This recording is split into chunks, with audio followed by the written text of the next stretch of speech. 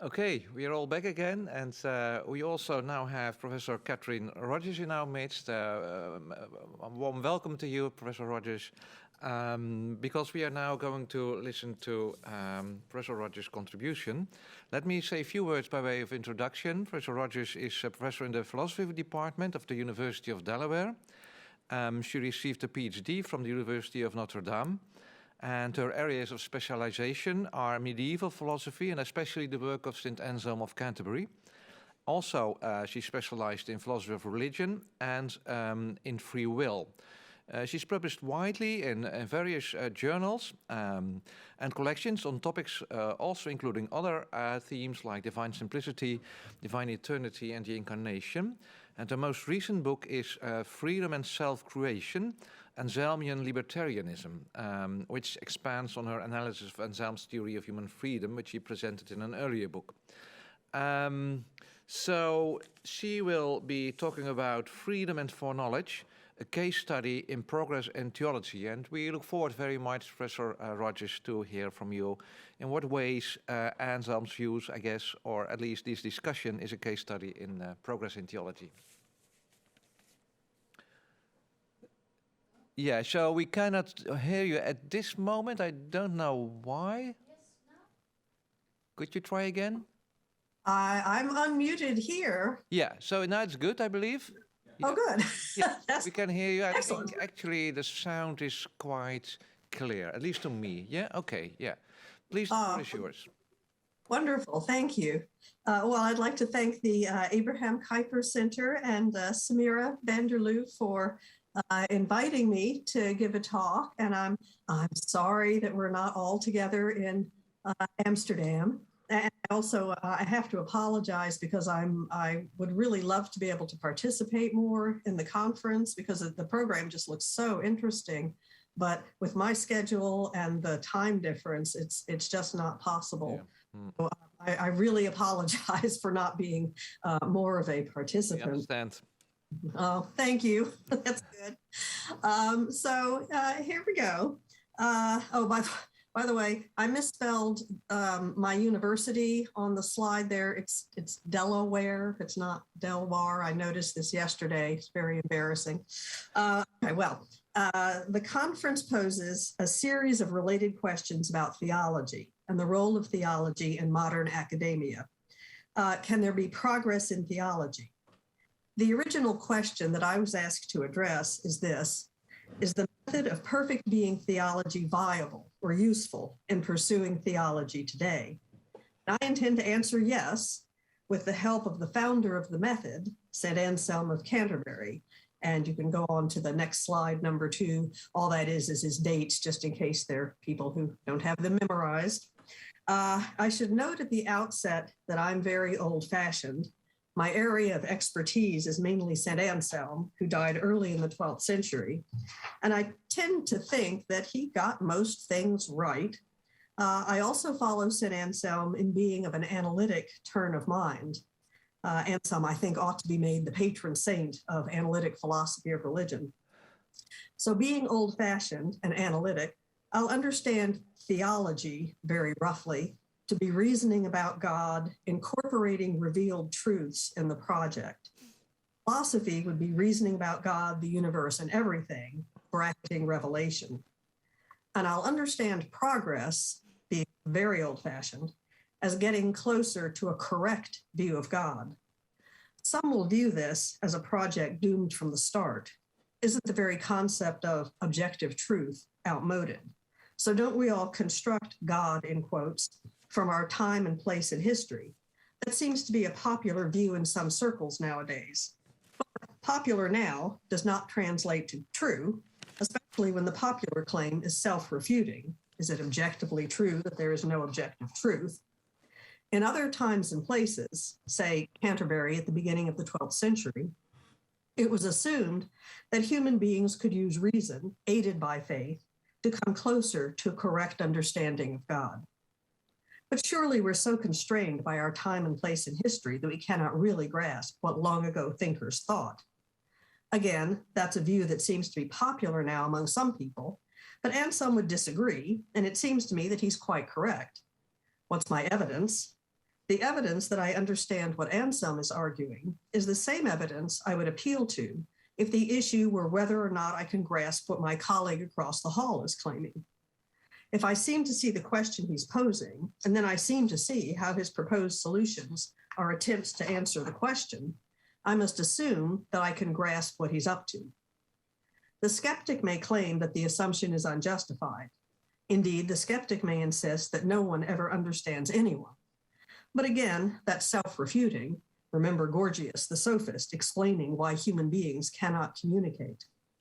Skepticism is a dead end if the goal, and here again I subscribe to the old-fashioned approach, if the goal of philosophy and theology is ultimately to grasp the truth because that's how to lead the good and happy life. To demonstrate that there can be progress in theology, I will first point out that there has been progress in theology. I will trace some of the high points in the history of the attempt to reconcile divine foreknowledge with human free will, looking first at Augustine and Boethius, and then at Anselm. In one sense, this dilemma might be considered philosophical rather than theological, in that the question is, can the claim about divine foreknowledge and the claim about human freedom be rendered consistent?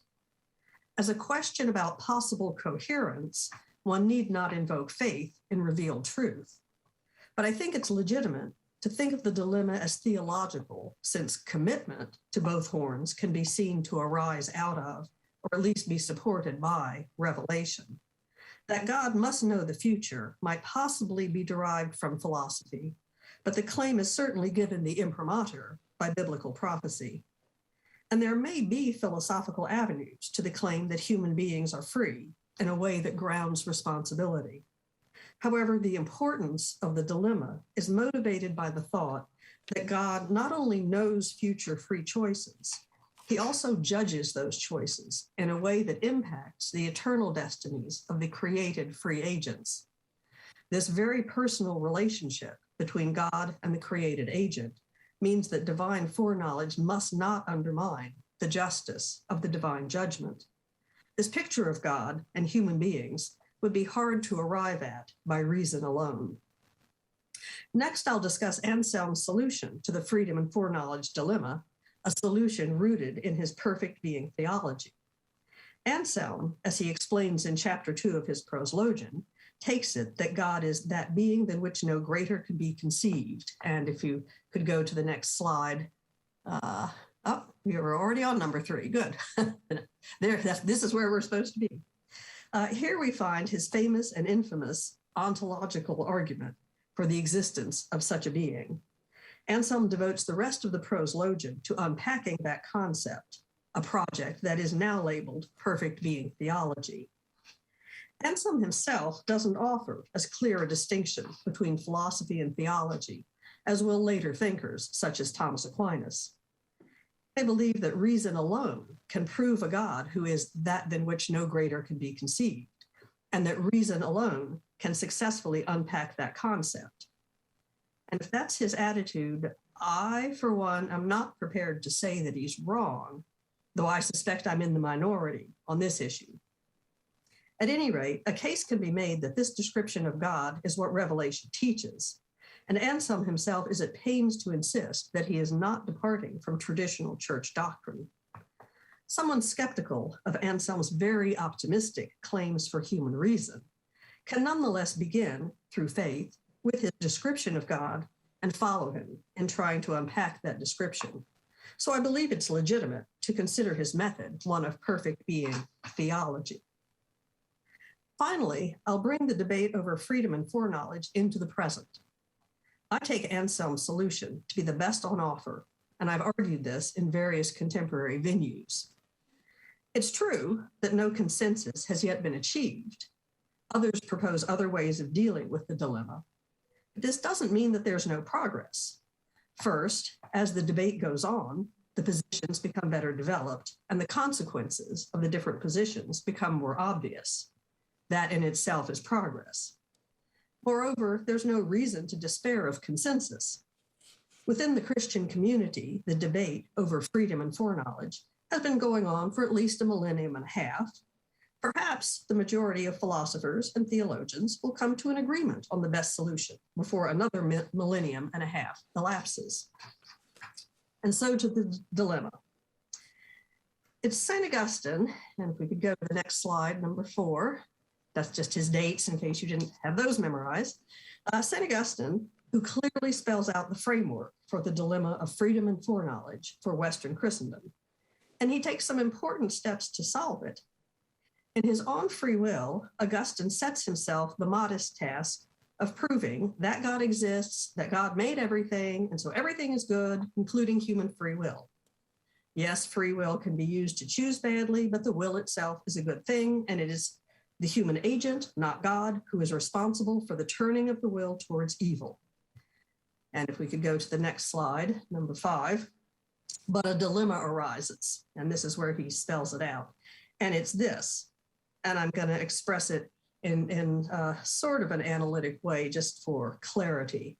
If we could go to the next slide, number 6. Here is Augustine's statement of the dilemma of freedom and foreknowledge. If we say premise 1 that God knows today, and I'm calling today time t, that some agent S will choose X tomorrow. So it's the case that God knows today that S will choose X tomorrow. And then on to the next slide, number 7. Premise 2, God cannot be mistaken. And then the next slide, premise 3. So when tomorrow comes, S cannot possibly fail to choose X. And another way of saying that is S chooses X as a matter of necessity. But then, next slide, premise 4, choices made by necessity are not free, and therefore free will and divine foreknowledge conflict. So it looks to be the case that human freedom cannot be reconciled with divine foreknowledge. If the choices S makes are not free, then S cannot be praised or blamed for them. Yet we have to believe that God is a judge and a just judge of human actions. Now, Augustine, in his typical meditative style, has a lot of very interesting points to make in showing that the dilemma can be resolved. Here, I'm going to offer only a bare sketch of the core of his response, because that core is going to prove the foundation on which Boethius will build to advance the attempt to solve the dilemma. Augustine explains that the argument generating the dilemma is fallacious. Note first that the apparent conflict between foreknowledge and freedom is not confined to divine foreknowledge. So next slide, number 10. You could replace God in the argument with any knower, and I've got K there for any knower. And then premise 3 is going to stay just the same. Premise 2 just isn't really doing any work in the argument. The apparent conflict is generated not by divine foreknowledge in particular, but by any knowledge due to the meaning of the term, knowledge. Without going into detail on Augustine's criteria for when a belief counts as knowledge, he shares with most philosophers the claim that if some fact or proposition is known, then the fact or proposition must be true. So on to the next slide, number 11. However we develop our concept of knowledge, philosophers say, and Augustine agrees, it is at least true belief. Thus, if any knower, K, knows today that S chooses X tomorrow, S cannot fail to choose X tomorrow. As premise 3 says, there's a kind of necessity involved. Next slide, number 12.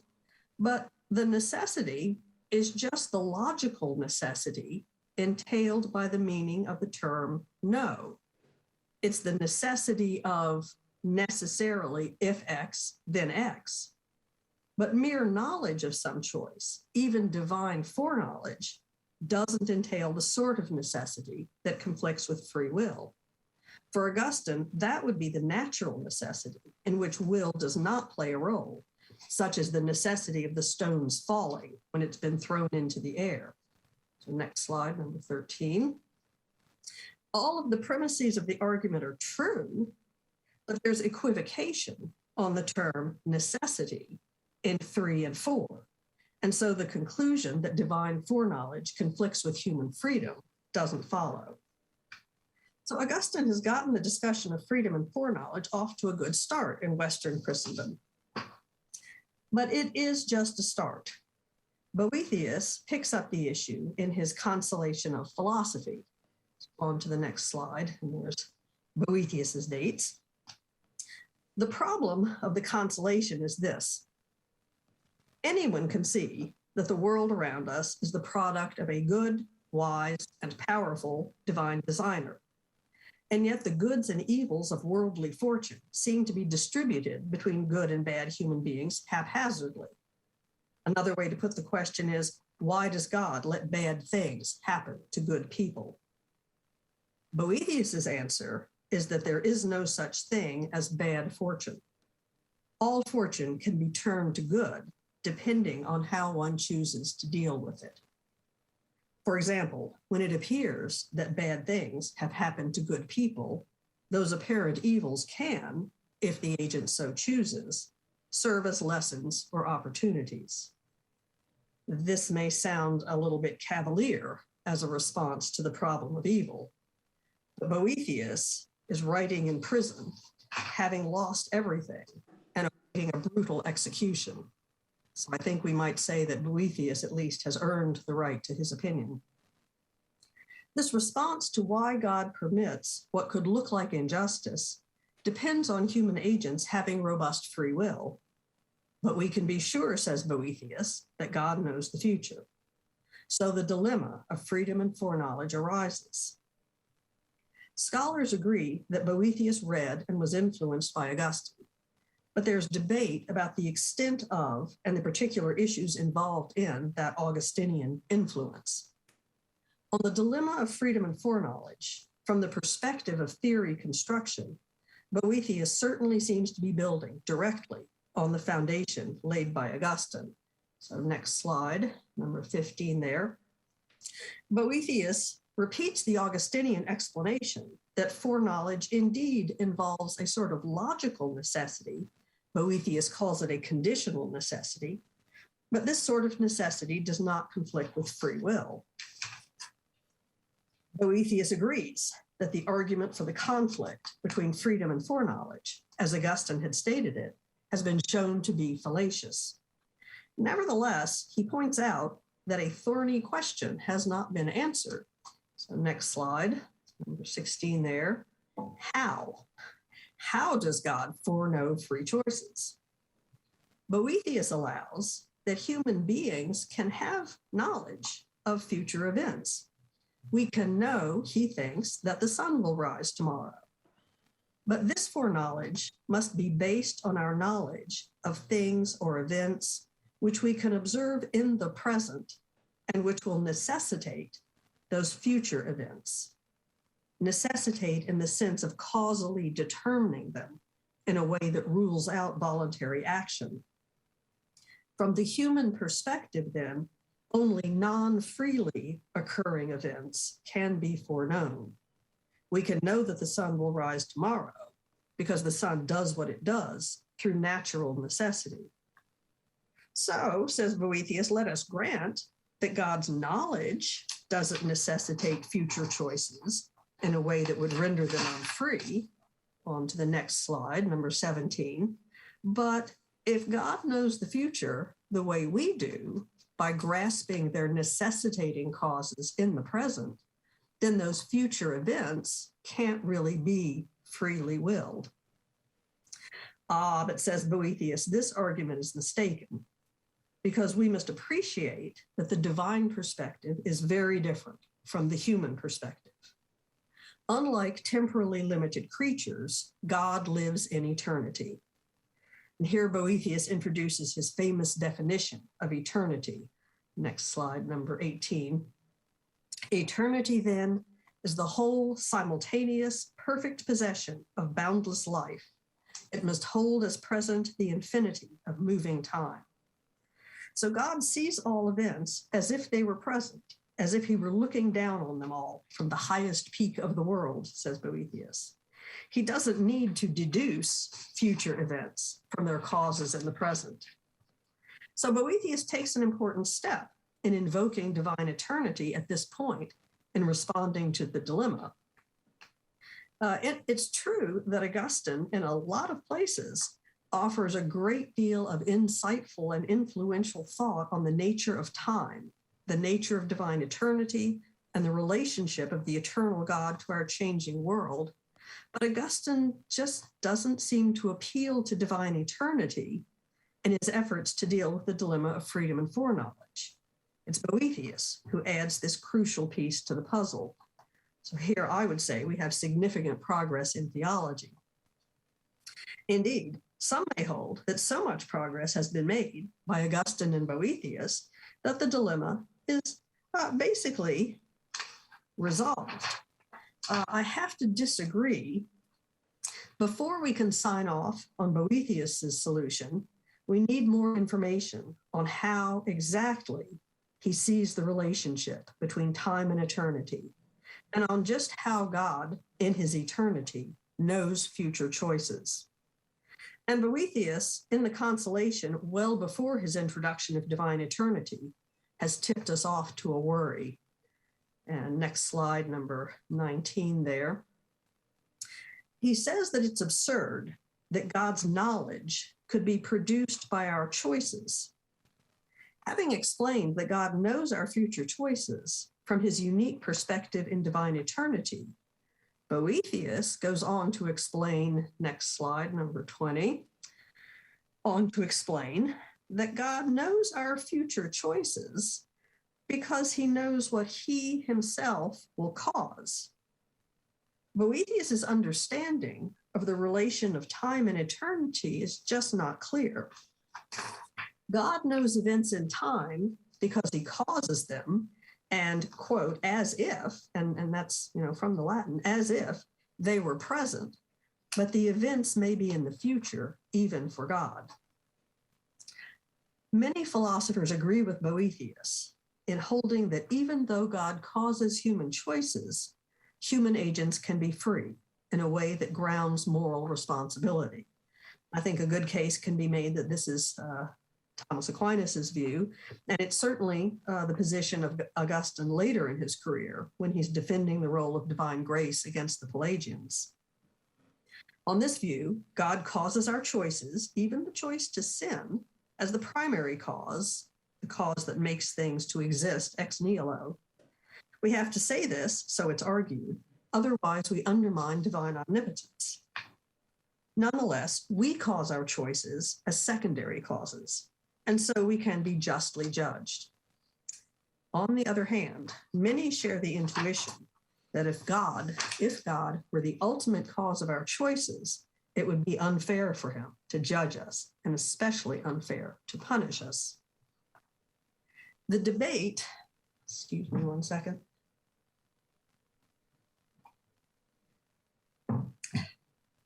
The debate over how to reconcile divine power and knowledge with human freedom simmered on in Western Europe after Boethius. It got pretty ugly in the 9th century, but the 9th century did produce Scotus Eriugenes' philosophically acute and provocative On Predestination. It's Anselm, though, at the end, at least that's what I argue, at the end of the 11th and beginning of the 12th century, who really advances the discussion. I believe he offers the best solution to the dilemma of freedom and foreknowledge, period. Next slide, number 21. So Anselm explicitly agrees with Augustine about the conditional necessity, that there is a kind of necessity involved in foreknowledge, but it's this conditional necessity. And next slide, he believes that Boethius was right to claim that God knows things in eternity. But Anselm goes further than his predecessors in addressing the roots of the problem, spelling out in detail how created agency works and how God's eternal knowledge is related to temporal events. A discussion of Anselm's complex and powerful analysis of created free will lies outside the scope of this presentation. On to the next slide, number 23 there. But suffice it to say that as I read him, and of course scholars disagree, but as I read him, and I really think I have the texts. He defends what we today would characterize as a libertarian position. And that means that in order to be free in a way that really allows for moral responsibility, in order to be praiseworthy and blameworthy, the created agent has to confront genuinely open options and choose a se. It's a word, se, Latin for from himself. It has to be up to the created agent to opt for good or evil.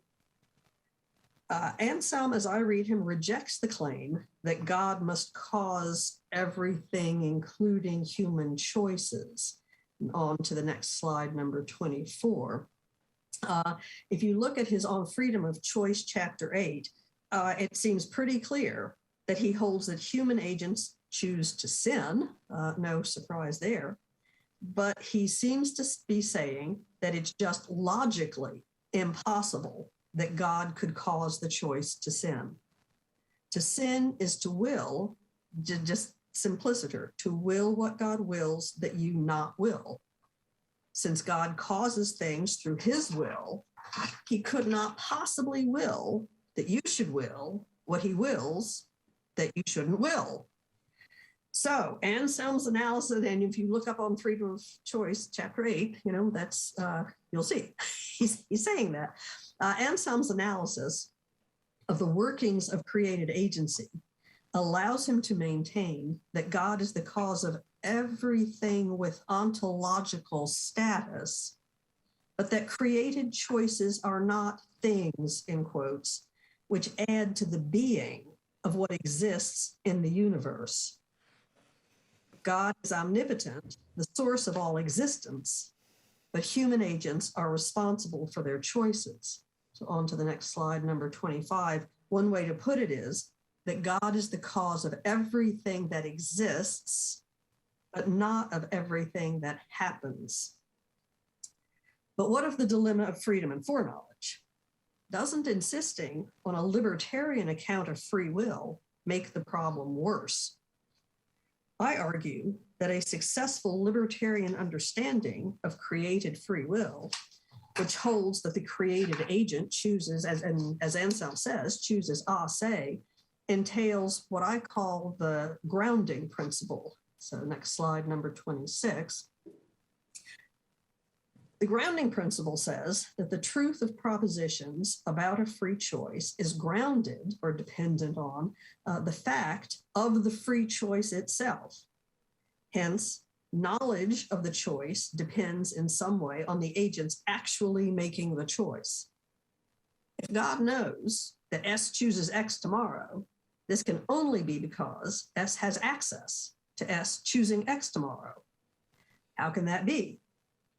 Anselm addresses this question in his last finished philosophical work on the harmony of the foreknowledge, the predestination, and the grace of God, which we're going to call De Concordia, on the harmony. But he's begun to develop important premises of his argument in earlier work, especially through his method of perfect being theology in the Proslogion. Created free will is not a topic in this work, but the nature of divine eternity and the relationship of the eternal to our temporal world is. On the question of the nature of time, I understand Anselm to subscribe to what we could call isotemporalism. Next slide, number 27. And in fact, he may possibly be the first person on the planet to propose this view. Isotemporalism says that all times, what to some temporal perceiver at some time seem to be past, present, and future, all times exist equally. Before and after are objectively real, but past, present, and future are subjective to a given perceiver at a given time. Time must be isotemporal because God, whose power and knowledge are the source of reality, this is Anselm speaking, are the source of reality, God contains, quote unquote, all times.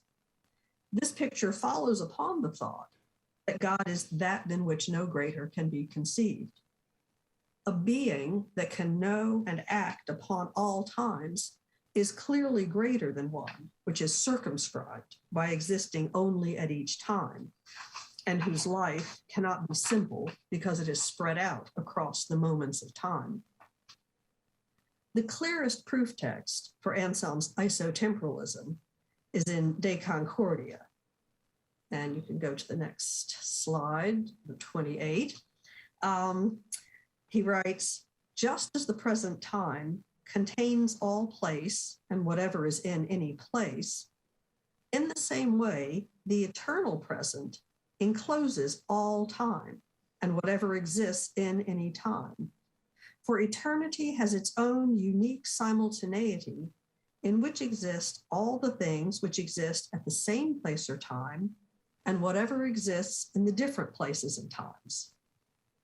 And I take it that it's clear that all the times actually exist, since Anselm draws a parallel between time and place. It cannot be that only some places are here to God and others just do not exist. So with time, it cannot be that there is a discrete now for God, such that other times are gone or yet to come. All times are present to divine eternity.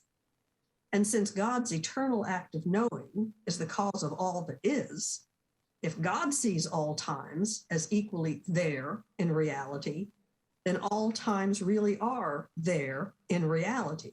And that's isotemporalism. Here in De Concordia, the topic is reconciling divine foreknowledge with human freedom. Anselm follows Boethius on the point about conditional necessity. Yes, there is a necessity entailed by divine foreknowledge, but it's the conditional necessity of necessarily if X, then X. And like Boethius, Anselm invokes divine eternity to help deal with the question of how God can know the future. But unlike Boethius, Anselm is clear that all events are immediately present to God. So next slide, number 29 there. God knows eternally what S chooses at any time, because all times and all the events they contain are immediately present to God. So on to slide 30 there. Next slide, 30. This move fits with libertarianism and conforms to the grounding principle. God knows that S chooses X at T because S chooses X at T. Explicitly embracing isotemporalism allows Anselm to propose what I take to be the most successful answer to the foreknowledge and free will dilemma to date. Worries remain with this proposal. I already noted that Anselm has to try to work out the mechanics of created choice such that the creature chooses se, yet God is the cause of everything with ontological status. Moreover, Boethius's assumption that it's absurd that our choices should cause God's knowledge has merit. How can the creature impact God if God is the omnipotent and omniscient source of all?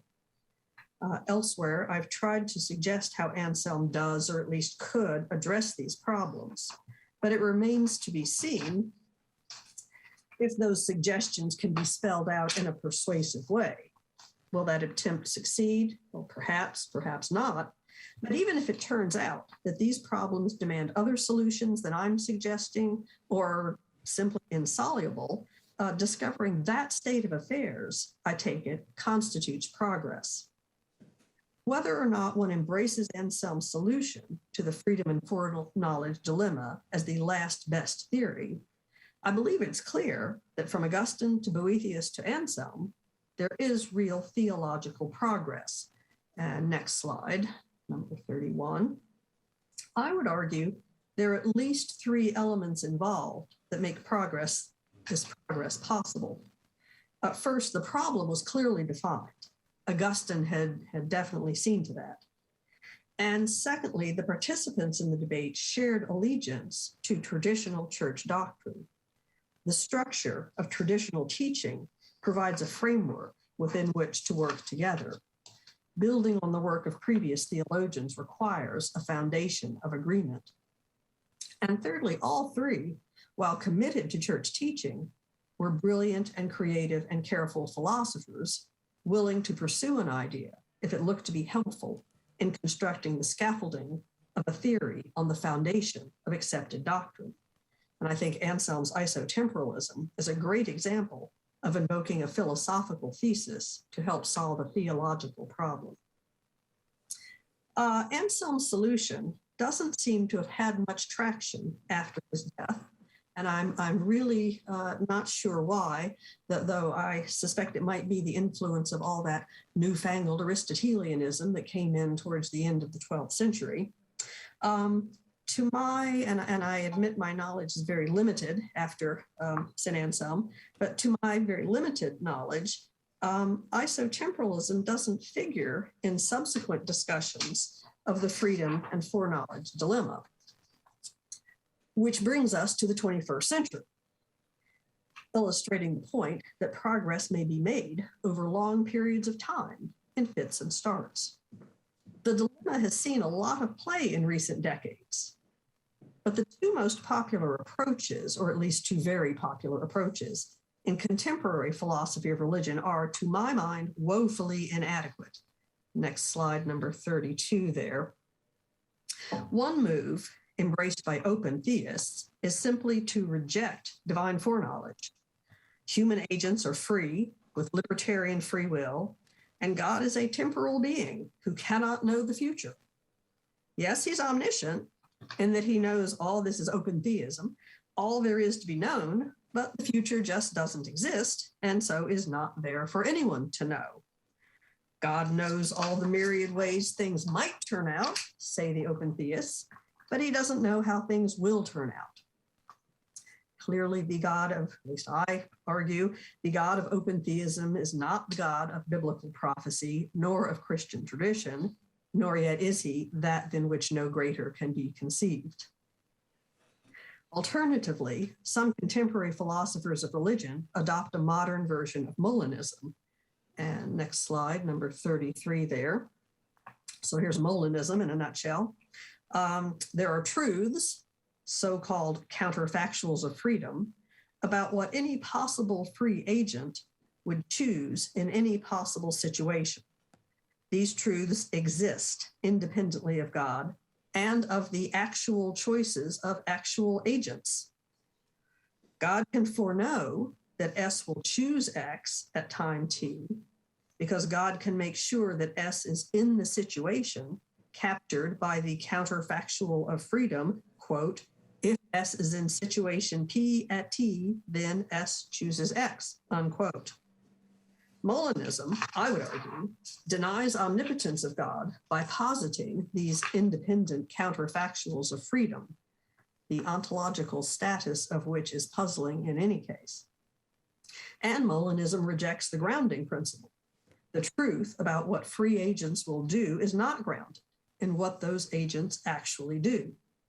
Agents' choices must conform to these immutable and eternal counterfactuals of freedom. Molinists claim to be defending a libertarian analysis of free choice, but it's hard to see how to square libertarianism with the existence of this cloud of abstracta, which limits both God and created agents.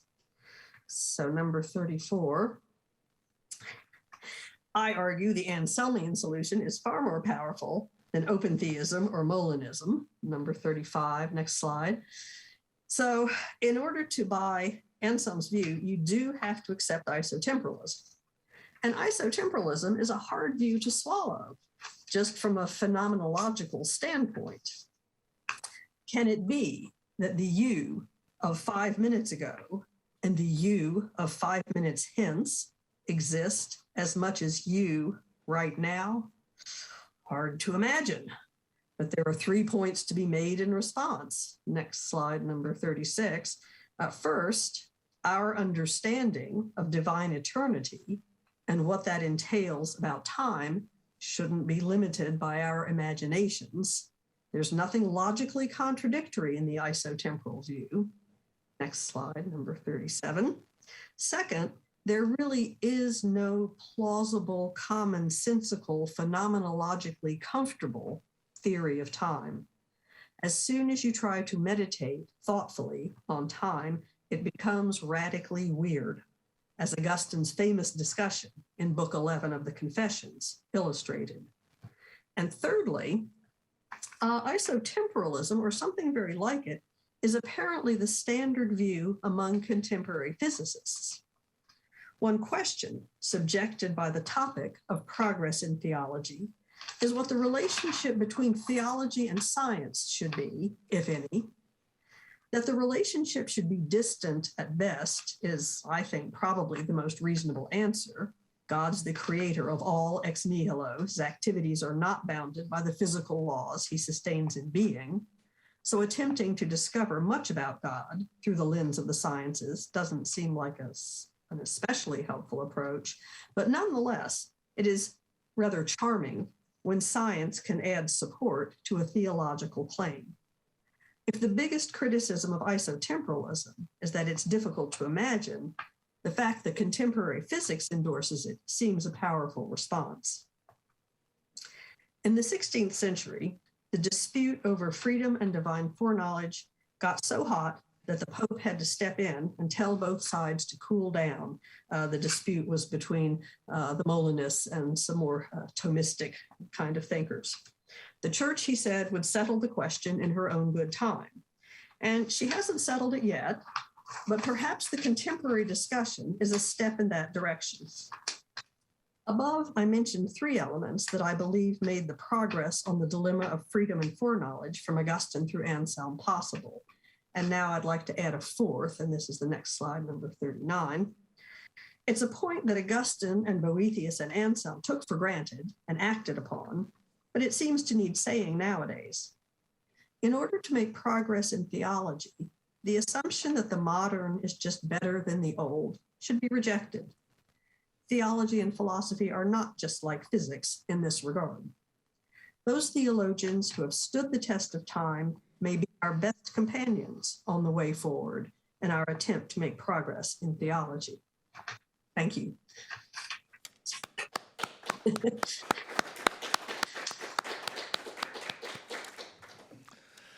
Thank you so much, Dr. Rogers, for a very clear-cut and engaging paper. When you started out by saying that, in your opinion, Anselm had it in his time, had it almost all right, I thought, well, how is he going to argue that there is any progress since Anselm then?